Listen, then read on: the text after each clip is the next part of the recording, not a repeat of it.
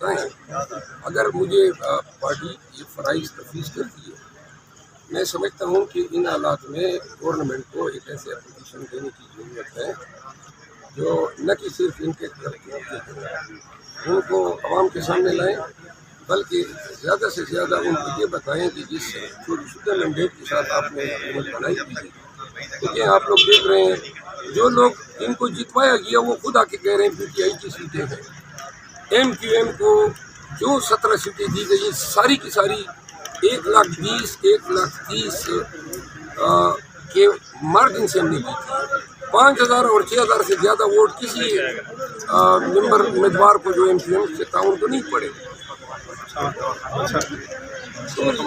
تو لہٰذا ایک بھی حلقہ ایسا نہیں ہے۔ آپ چلے جانا سر، بتائیے آپ ادھر ٹاک کر لیں سر، ڈائز میں ٹاک کر لیں۔ بتا دیں کہ مریم نواز جو ہیں وہ وزیر اعلیٰ پنجاب کے لیے منتخب ہوئی ہیں، کیا مریم نواز جس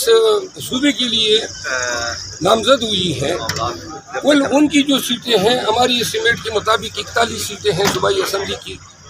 اور وہ 137 کا کلیم کر رہے ہیں۔ بہرحال خوف خدا نہیں ہے، پاکستان میں جو فیصدیت جبر اور ظلم کا بازار جاری ہے وہ ابھی تک تاحال جاری ہے،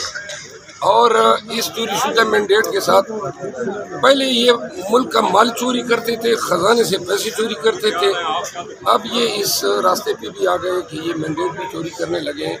اس دن ہمارے وسیم قادر اس کو سائڈ پہ کھڑا کر کے مریم نواز جو ہیں وہ ٹویٹ کرتی ہیں کہ جی پاکستان مسلم لیگ نون میں خوش آمدید، یہ وہی خاتون ہے جو ووٹ کو عزت دو کا نعرہ لگایا کرتی تھی۔ میں نے کورٹ میں پیش ہونا ہے انشاءاللہ بعد میں۔ جی سر، ڈائز پہ آ جائیں۔